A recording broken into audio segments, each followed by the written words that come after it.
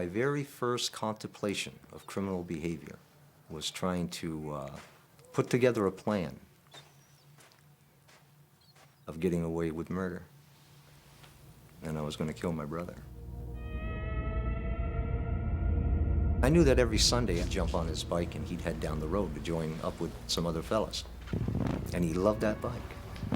And he used to tell me, you ever touch my bike, I'll kill you. So this Sunday morning, while he's working, I take his bike. I knew if I provoked it just a little bit more that he would chase me. So I gave him a couple of kicks and took off on a dead run for a tree that was right beside my grandfather's barn. And it went up onto the roof. And on the opposite side of the barn, there were cutter rakes.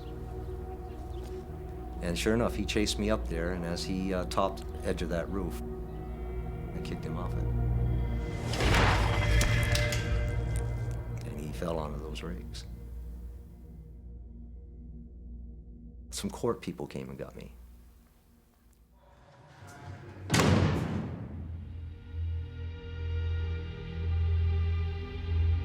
There are few more emotive words in the English language than psychopath, a clinical term for a condition that only recently has begun to be properly defined. It describes a dangerous pattern of behavior which, although it's been recognized for the best part of a century, is little understood. Every decade has produced its own particular brand of psychopaths, whose horrific crimes have defied any kind of rational explanation.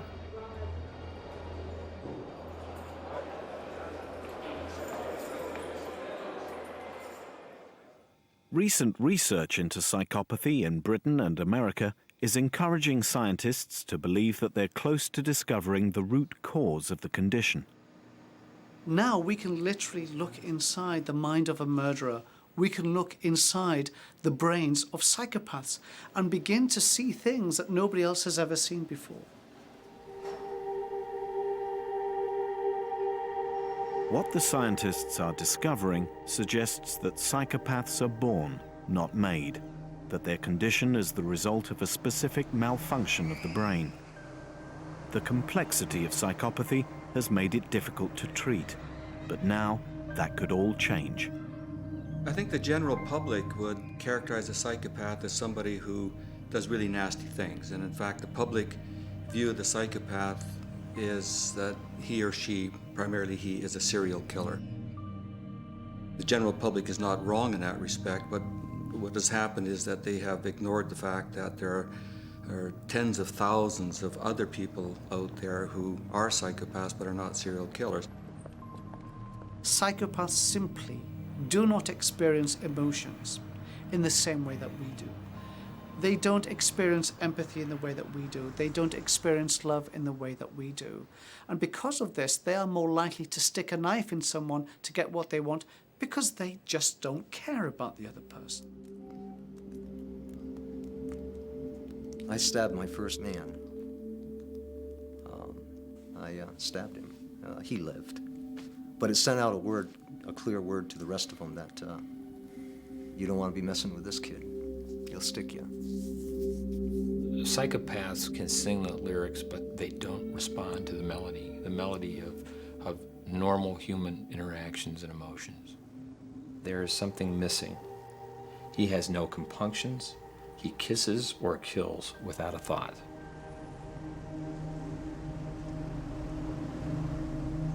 They are dangerous, without conscience, and all around us.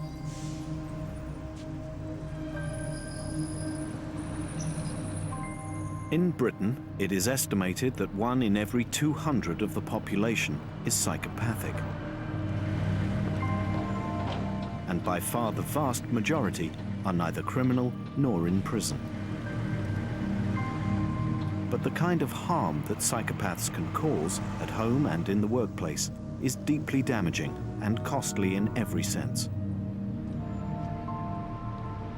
We must be concerned about their impact on families when they're out in the community. They move from relationship to relationship. They have multiple children who they abandon.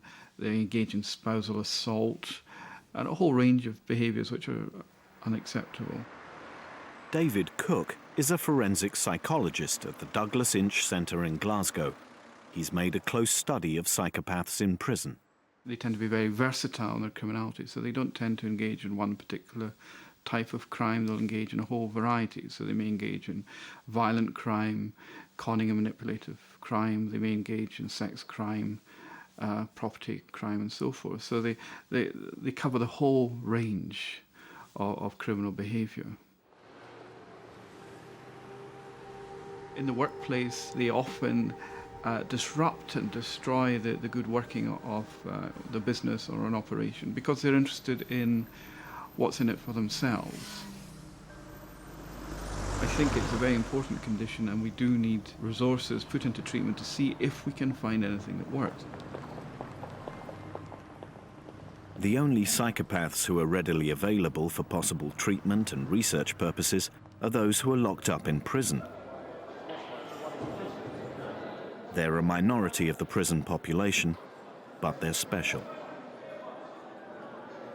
There is a growing realization that the range of their crimes, coupled with the disproportionate amount of damage they cause, makes them public enemy number one. The population in which you'd find a bigger concentration of psychopaths than anywhere else is amongst convicted criminals. But a majority of the people in prison are not psychopaths. Psychopaths are a minority, but a minority who are particularly likely to reoffend. David Thornton is a senior scientist with Her Majesty's Prison Service. He develops treatment programs for serious offenders, and recidivist psychopaths are now a major concern of his. Further criminal behaviour harms the victims of that criminal behaviour. It also costs the country a lot of money in terms of police time, in terms of the time of the courts, and in terms of what society spends in relation to people who've been hurt by crime. You only have to change reoffence rates by quite a small amount, and you actually save quite a lot of money if you're thinking of it in purely economic terms. Before you can tackle the high cost of psychopathic crime, first you must reliably identify who are the psychopaths. Recently, this has become easier. The major breakthrough, I think, has been the development of the Psychopathy Checklist by Robert Hare and his colleagues.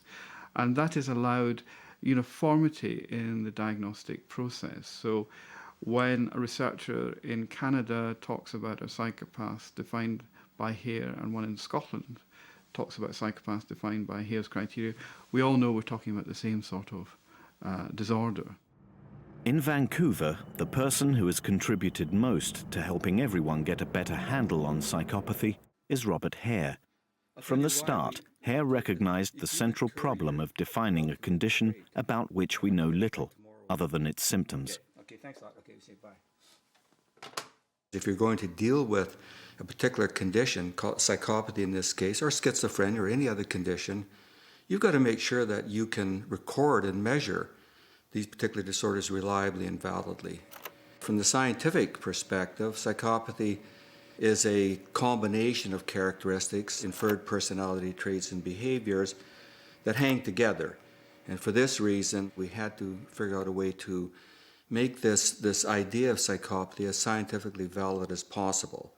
And we spent the next 15 years trying to develop an instrument that would actually do this job, and in effect a measuring tool that was not made out of rubber.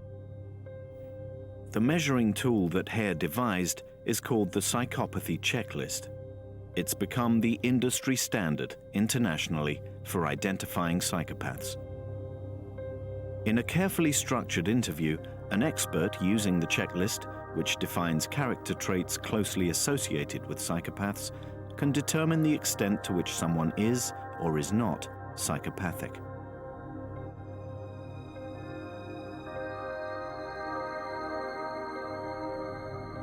Many of these characteristics are not uncommon, but points are awarded out of 40, and a score of 26 or higher is required to identify the true psychopath.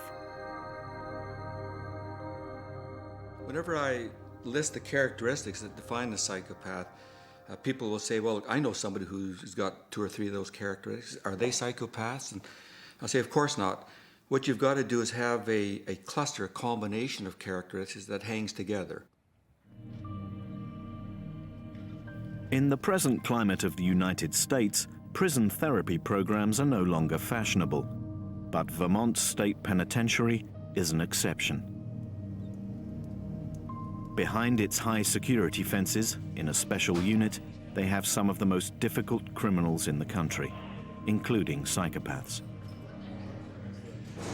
This particular unit represents the uncontrollable, the undesirables, the ones that refuse to program, is what they refer to as the most disruptive. I'm here serving a 5 to 20-year sentence for sexually molestation of 4 boys, the ages of 4 to 12. Wayne has been here for more than 10 years and perhaps has 10 more to do. He scored 40 on the Psychopathy Checklist. It's the maximum possible and extremely rare. The authorities here believe that time and money spent trying to reform psychopaths like Wayne is a worthwhile investment. I hope that the tools that I've learned in this program and other programs like it, I can... Head of the therapy program, Tom Powell, knows he's working in relatively uncharted territory, and Hare's checklist is invaluable. Dr. Hare has provided us with some significant advances in understanding in detail the syndrome that is now known as psychopathy. He's validated a scheme that's quite good in terms of looking at a set of antisocial behaviors as well as interpersonal traits which distinguish these folks. What can you tell us about your early years, where you grew up? Okay. Well, I just turned 45, the 23rd of January. Wayne's sessions with Tom Powell are little more than conversation therapy, for no one yet has any real idea what works in the treatment of psychopaths. But Powell is discovering the complexity of the personalities he's dealing with. I keep to myself. I do a great deal of studying. I do a great deal of reading. I do a great deal of writing. Psychopaths can be wondrous in many ways, and one of them is their ability to engage otherwise knowing and well-informed therapists about their sincerity and their desire to change. And I have found it very easy to be seduced by the tone and the affect and the engagement of a psychopath who, with great earnestness, tells me that he's finally found the light and has seen the error of his ways. The therapists are wonderful. I learn a great deal from them. Sometimes it can be hard. I suppose that's the way it's supposed to be when you're growing up. I'm ready to go now. I know that that decision will come from others who have already seen. They've seen my change.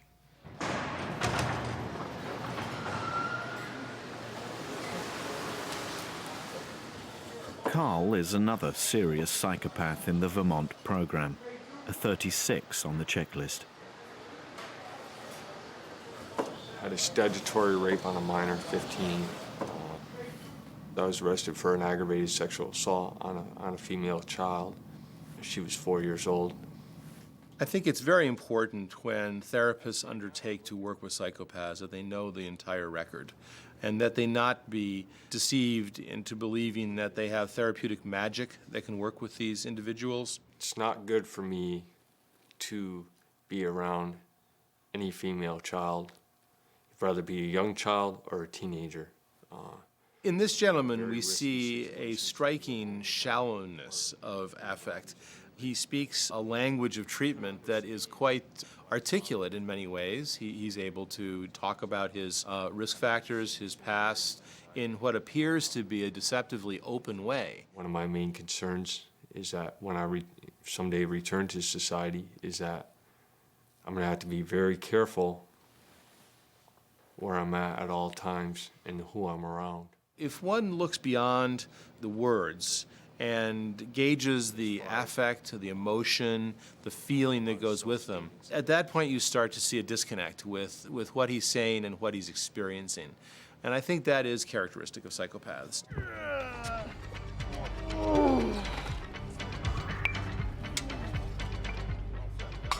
Critics and commentators in the past have said that to study 1% of the general population seems to be a waste of time. Why not spend our time studying criminals in general? There are far more criminals than there are psychopaths. And even when we get them into prison, say, well, we're only talking about 15 or 20% of the prison population, is it worth really paying attention to them? It sure is. And the reason is there may only be a small number of psychopaths in the population, but the damage they inflict on society is very widespread. And in fact, I would estimate that the 15 or 20% that I'm talking about are responsible for at least half of the violent crime in our society. So we've got to understand this particular disorder. And what about those who are not behind bars? The successful psychopaths who are still out there, wreaking havoc.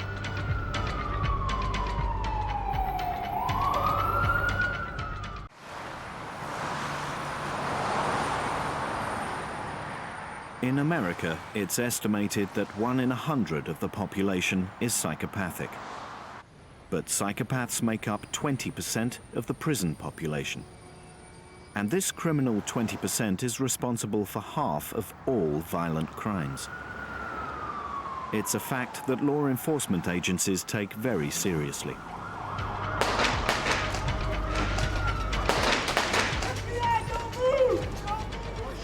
Officers in the line of fire are now given special training in dealing with psychopaths. Don't shoot! Turn around, face the building. We deal with primarily the most violent of violent crimes, the most horrendous of all the crimes in the world. One gun on the ground. In this kind of work, perhaps most of the offenders that I see are primarily psychopaths. And for me, the importance of people in law enforcement, whether it be in parole or corrections, in a state agency or in a federal agency, to be able to understand these people is really critical. Now, perhaps a patrol officer won't encounter a psychopath every day, but when they do, it may be in that one terribly important case or in that one very violent crime, and if they miss it, the crime can go unsolved, the body can go unlocated, the victim can go for long periods of time without being found. So these people, when they do act out violently, can cause just an enormous amount of trouble and problems and heartache. The nature of some of their offenses can be so unbelievable that to normal people, we have to have an explanation for that. And one of the most common explanations is they have to be crazy. But the psychopaths are not crazy. They know right from wrong, and if you're standing on a street corner and they're next to a uniformed police officer and they wanted to commit a robbery, they would know not to do it as long as the police officer's there. Psychopaths may not be insane, but they're certainly capable of irrational and unexpected behavior. In 1995 in Los Angeles, where the bizarre is always several sizes larger than life, an extraordinary incident shocked the city and challenged the police. As we were on the San Diego freeway heading towards the off-ramp that became famous as to where he exited on Sunset Boulevard, there was literally hundreds of people standing on the freeways and the overpasses waiting for him to come by.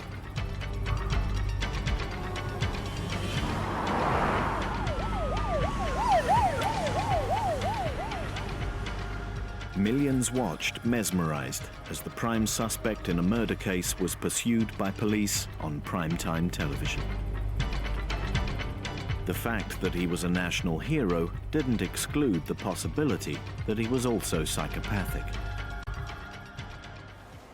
Back up, please. Get out of the way. Step back here. You got any comments? Step back. You don't know anything, sir? Please step back. Please step back. Have you been told you're under arrest, O.J.? O.J. Simpson certainly has some of the features of psychopathy. He is glib, he's superficially charming, he has a grandiose sense of worth, he's impulsive, he's certainly committed spouse abuse. He's committed antisocial acts. Like a psychopath, he had the history of being a juvenile delinquent early on in his life. He certainly seems to show a lack of emotional depth, the type of features that go to make a cold-blooded killer.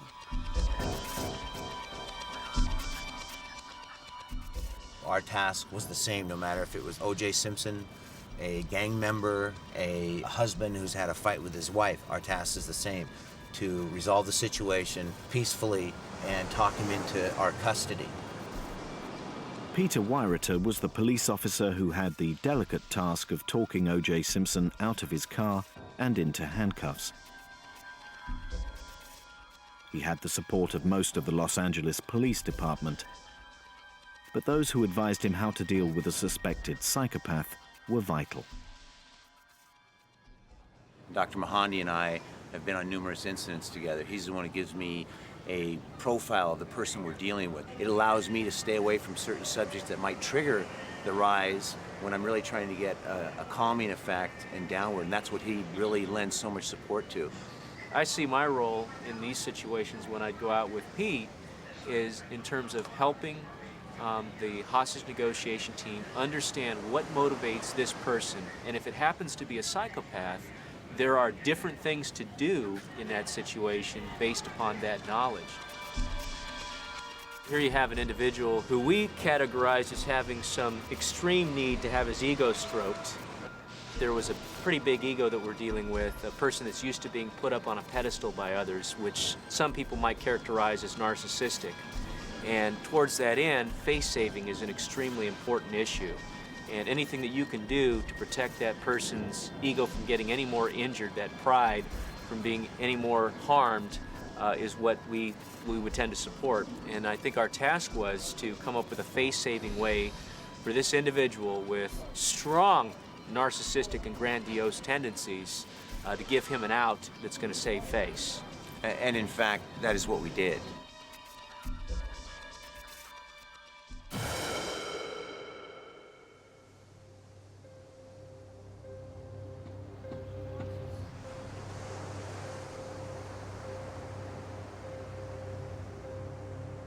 There are many psychopaths in society that actually we know virtually nothing about. These are the psychopaths who don't necessarily commit homicide, commit serious violence, or even come to the attention of the police. They may be successful businessmen. They may be successful politicians. They may be successful academics. They may be successful priests. They exist in all areas of society. There is a growing awareness that psychopathic behavior is around us in all walks of life. There are telltale signs in road rage incidents and in the violence that surrounds sport. But it's in the cut and thrust of the business world, an arena where traditionally ruthlessness verges on a virtue, that it's becoming increasingly worrying.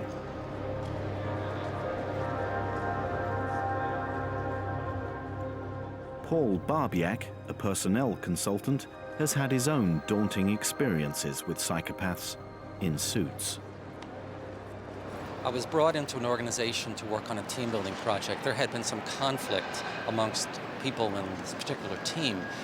And as I interviewed them, half of them identified one person as the source of the conflict. But the other half of the group thought this person walked on water, was absolute dream, and even future leader of the company.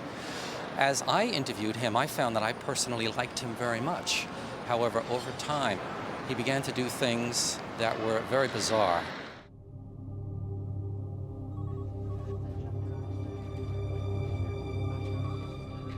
He would accidentally bump into a vice president, and then once he realized who it was, of course he really knew who it was, he would start praising this individual and fawning after him and ingratiating himself with the vice president. Others would see him with the VP and think that he had some sort of influence, which he really didn't have. Then he would take this perception in their mind and pretend that he did have secret information about what was going on in the organization. As he did this with different people, they were more willing to share information with him that they had because they thought that he was in the know. He discovered that one of the vice presidents was having an affair with one of the individuals in the office. He became very good friends with this individual, the young lady, and began to give her not only positive information about himself, because he was very gracious and charming, but he also spread negative rumors about his boss, the person who he really wanted to replace.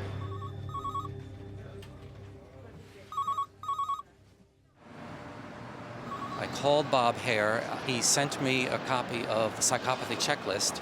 I was shocked by the results. This person came out with a 30 out of 40. I called Bob back, and he said to me that, yes, in fact, I had been dealing with a psychopath.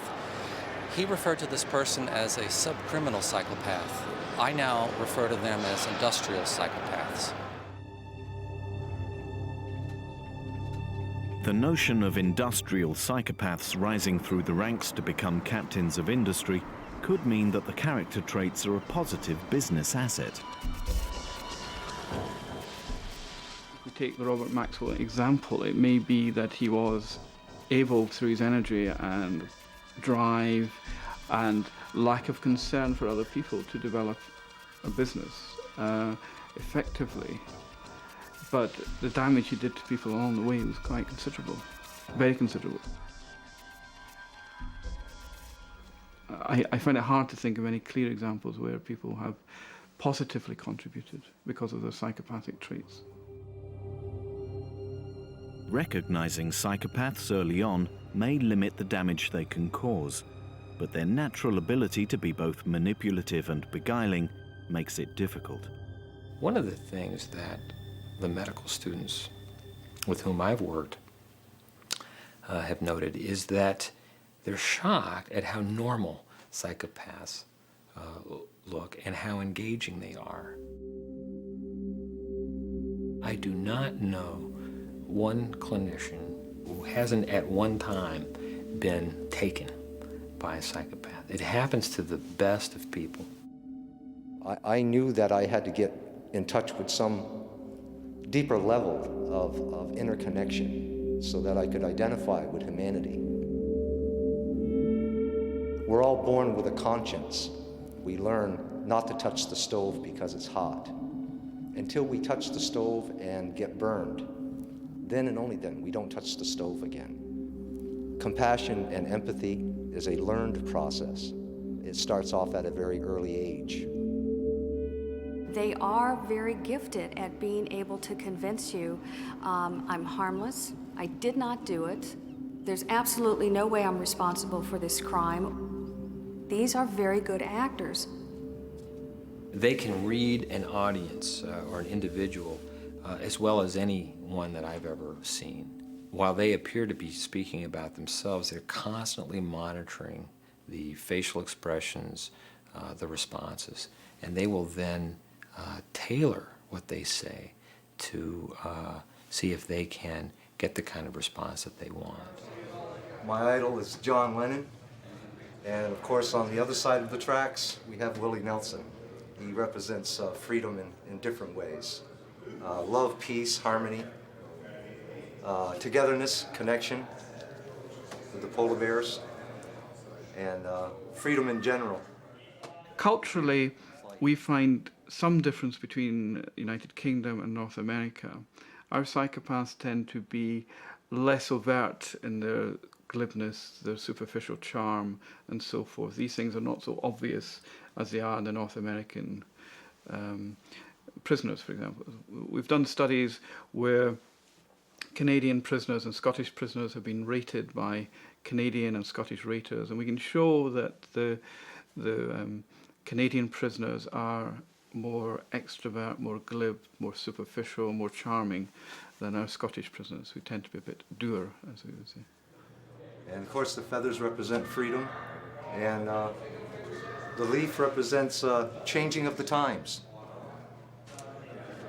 And there's some little thing that I stuck together, and my philosophy is it's our life and we have a right to cry if we want to. A lot of people, particularly those who tend to believe in the goodness of humanity, say, well, the problem with a psychopath is that he or she was not properly treated as a child and actually never learned to be empathetic towards other people, and really never learned to become attached or bonded with somebody else, a caregiver. And that's the problem, and we can resolve it in adulthood simply by giving them a hug, maybe a musical instrument and a puppy dog, and they're all going to be okay. Give them lots of love and understanding. With a psychopath, I would argue that emotion is like being colorblind for them, and nothing we can do is actually going to instill a sense of empathy. This is really a waste of time. I think that biologically, or neurobiologically, the mechanisms that should impart affect or emotion to one's cognitions and thoughts and attitudes are not working properly in psychopaths. But are psychopaths born or shaped by their environment? Is it nature or nurture that has so distorted their emotional makeup? There are some individuals who come from fantastic home backgrounds, dedicated parents, all the advantages in the world, and yet they grow up to become these psychopathic violent monsters later in life. And you ask the question, how the heck did they get there?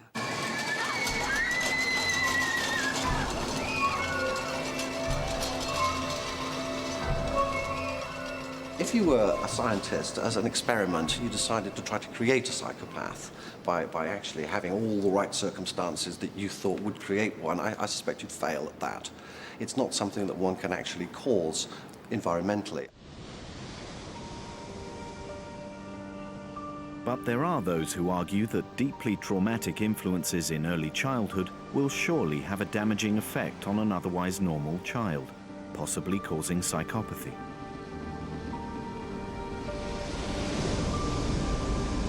People are going to say if you've been abused as a child, if you've been deprived as a child, if your environment's been so shocking, then inevitably that's going to have consequences in the way that you impact on your environment and on other people. But it's just not enough. It's an inadequate answer. If you look at areas of deprivation in the world, if you look at third world countries, you look at children who've got nothing, who've been abused, they don't turn automatically into psychopaths.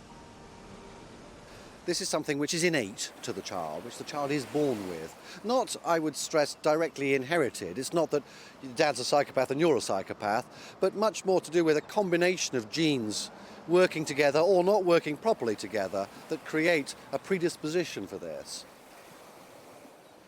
Martin Smedley works with seriously disturbed children at a leading London hospital. He's certain there are signs of psychopathy in some of them who are very young, but current medical practice forbids him to diagnose it. You can't call a child a psychopath. You can't call a child somebody with a personality disorder. One is still of the view that children can change, that actually change can take place over time, and that a personality disorder is something which you have as an adult, and not as a child. I think there are also sort of ethical considerations for taking a small child and saying, well, this person's a psychopath. It has a certain sense of inevitability about it, of incurableness about it, and one doesn't want to look at children in that way. I think one needs to intervene as early as possible if there's any suspicion that this child is likely to develop a personality disorder, is likely to become psychopathic, or is showing signs of psychopathy. One needs to be able to identify what those signs are and intervene. In Britain, medical ethics forbid the diagnosis of personality disorders in juveniles. Therefore, treating psychopathy at an early age, however advisable, is difficult. And anyway, remedial intervention, when the root cause of the condition is unknown, at best can only be guesswork. We're a complex mix of social, familial, genetic and biological processes, but we've almost entirely excluded biological processes from our understanding of crime, violence and psychopathy. I'm absolutely convinced by the research, by the science, that there is a biological basis to psychopathic violent behaviour. A biological basis to the condition raises the question, can psychopaths fairly be held responsible for their actions? As scientists move closer to pinpointing the cause, it's a moral issue that society will have to confront.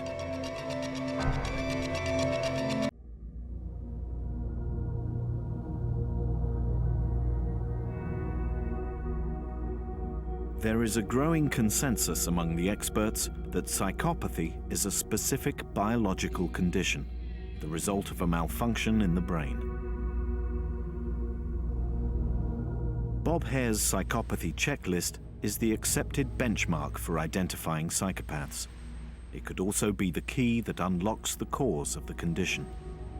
A lot of people say that this construct of psychopathy is nothing more than a myth, and people have said that it's a moral judgment masquerading as science. Well, if we define people according to this cluster of characteristics, do they have brain images for a particular task that are different from those of other individuals? And the answer is definitely yes. Hare has been using brain scanning techniques to determine whether the mental processes of the psychopath are different from those of the non-psychopath. If they are, it could be revealed in brain images.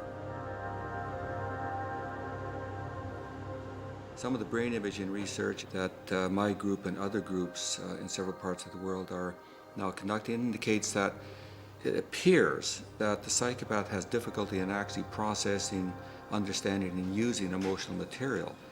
Now, is this because they are biologically put together differently, or they are wired differently right from birth?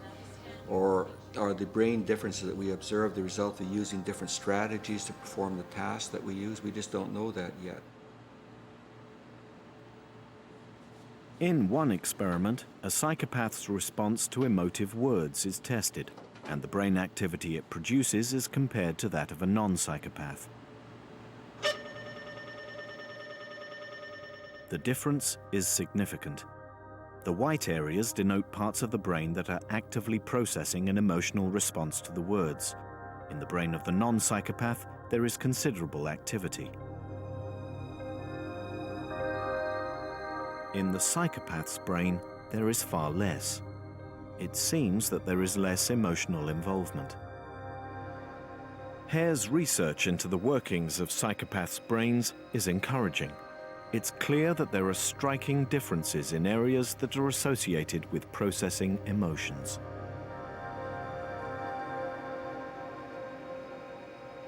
We're interested in what parts of the brain are activated when you're looking at something neutral in connotation, an ordinary picture of a person or an object, or looking at something that has intense emotional connotation, something that's very negative, very disturbing to most people.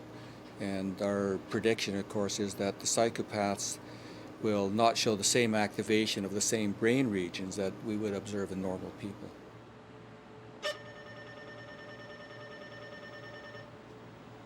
There's a lot of current interest in limbic system. The limbic system is extremely important in processing and producing emotional material. One part of the limbic system that plays an extremely important role in emotionality is amygdala. And one could argue that the amygdala is the problem. There's something wrong with the way the amygdala functions. James Blair lectures on developmental psychology at University College London. His research into psychopathy has focused on the part of the brain called the amygdala. The amygdala is a small structure that is housed underneath temporal cortex, almost in the middle of your brain, that's crucial for emotion and particularly emotional learning. It's most important for the generation of fear, and also seems to be very crucial in processing sad faces. From some of the imaging work we've done, we've shown that if you show a sad face to another human being, you see activation of the amygdala. I'm going to be showing you some pictures on this screen over here, and whilst I'm showing you these, I'm going to be measuring your emotional reactions with these electrodes.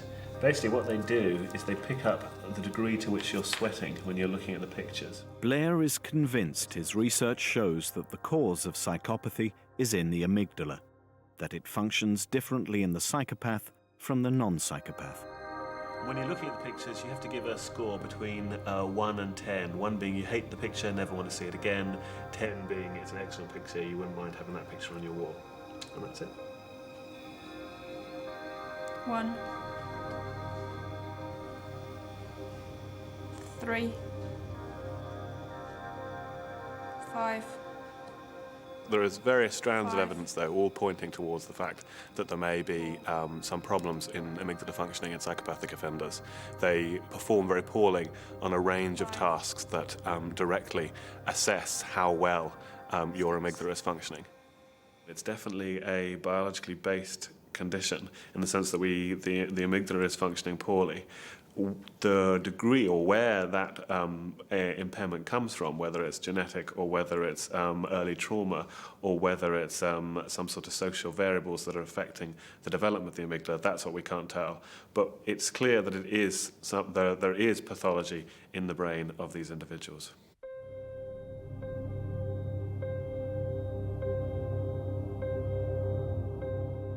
Bob Hare is not convinced that it's that simple.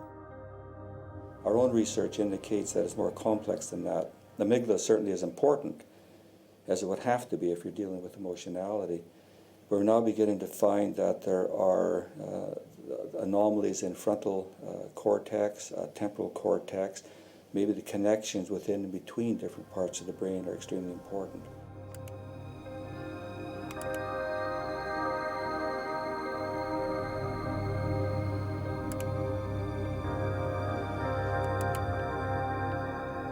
There are those who believe the answer to psychopathy is in the brain, but not necessarily with the amygdala.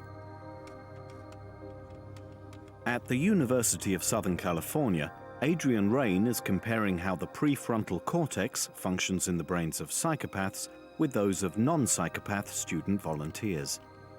The prefrontal cortex is involved in regulating and controlling behaviour. It's the part of the brain that says to us, hey, let's stop and think about this before we actually go through with things. If you like, it's the emergency brake. It's a restraining mechanism that psychopaths seem to be lacking. We're using the continuous performance task because this is the task that we use to challenge or activate the prefrontal cortex in our murderers. We were applying it to psychopathy in our community study here because, again, what we want to do is activate or challenge the prefrontal cortex in psychopaths. We suspect that the prefrontal cortex is dysfunctional or potentially damaged in psychopathic individuals. Adrian Rain and James Blair may both be on the right track, for there is an important relationship between the prefrontal and orbitofrontal cortex regions of the brain and the amygdala. In healthy brains, there's massive interconnections between the amygdala and orbitofrontal cortex. And one interesting possibility is what might be occurring is that because the amygdala is not working properly, it's beginning over time to have long-term consequences for how orbitofrontal cortex function.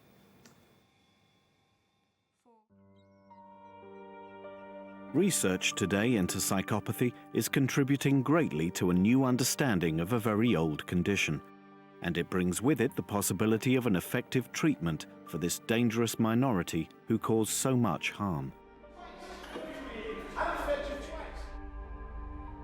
I believe in science. I believe in the study of the mind, but it's very complex. I'm not sure if there will be, in my lifetime, any ground made on that. And so for the time being, we have to look at what we have in regards to forms of prevention. We have to protect people. We have to protect society. And I understand that today. The program's a sham. Don't be lying to these people.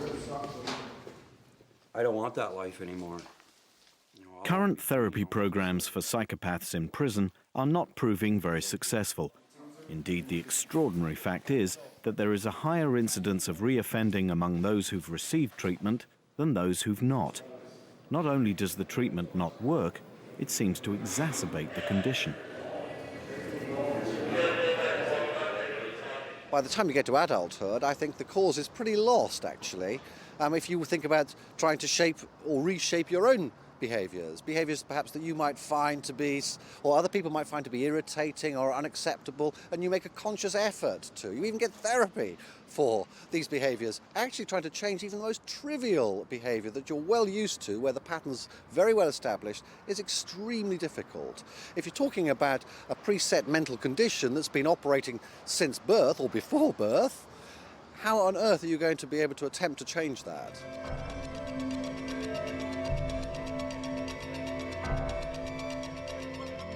Standard programs are ineffective because they're targeting the wrong thing. They're trying to target increase in one's capacity for feeling empathy towards somebody else, or they try to develop a flabby conscience into one that's fairly strong. Well, this is a waste of time with a psychopath.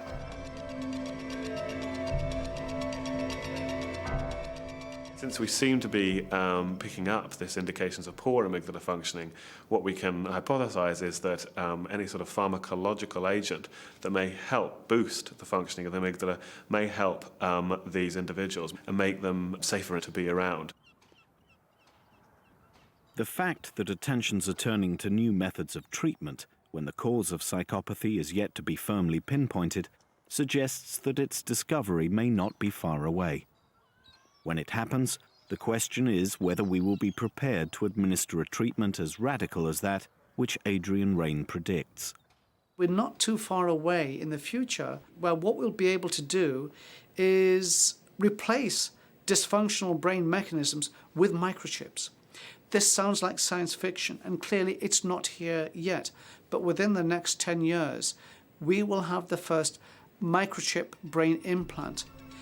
And it raises an important moral and ethical question in society. Do we intervene with psychopathic offenders who we can't currently treat and change them completely, reshape them entirely, change their brains, make them a new person? Is it really right of society to go into the Holy of Holies, go into a person's brain, their essence, and change the neural wiring and structure of their brain? Now, I think there are two ways of looking at that. At one level, we can say no. We must not change the self. It's the one thing that's God-given. We mustn't interfere with that.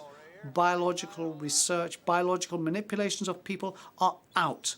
We must not do that. We mustn't change the nature and essence of what is God-given. Another approach is to say, look, psychopaths are creating major problems in society, and we have to do something about that, no matter how radical it may be.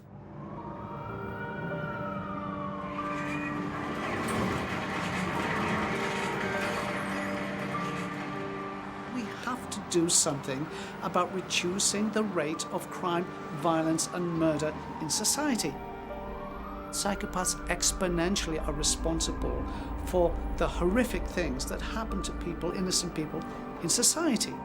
Systematically, treatment approaches have simply failed to alter psychopathic behaviour, and we can't wait much longer.